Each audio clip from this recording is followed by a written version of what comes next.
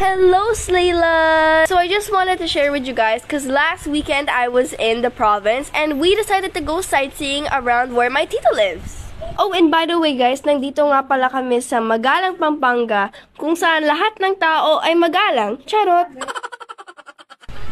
Oh, and kung napansin nyo guys, kakatapos lang kasi ng ulan kaya maraming muddy puddles, parang Peppa Pig lang. Oh, and we also encountered a jeepney while walking. Ay, buti na lang si Kuya Driver dahan-dahan lang kasi kung hindi, natalsikan na kami ng tubig. And ito guys nakakatawa talaga to. Proud na proud kong sinabi, Ma, Karabaw oh. Yun pala, baka pala siya guys. Magkamukha kasi sila eh.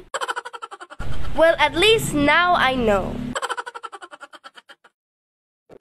So, ayun na nga guys, nakarating na kami dito where makikita mo ang famous Mount Arayat.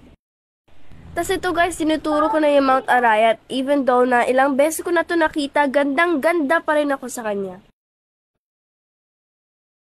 Tapos may nadaanan na naman kaming baka guys. Well, at least now I know kung ano ang difference ng baka at kalabaw.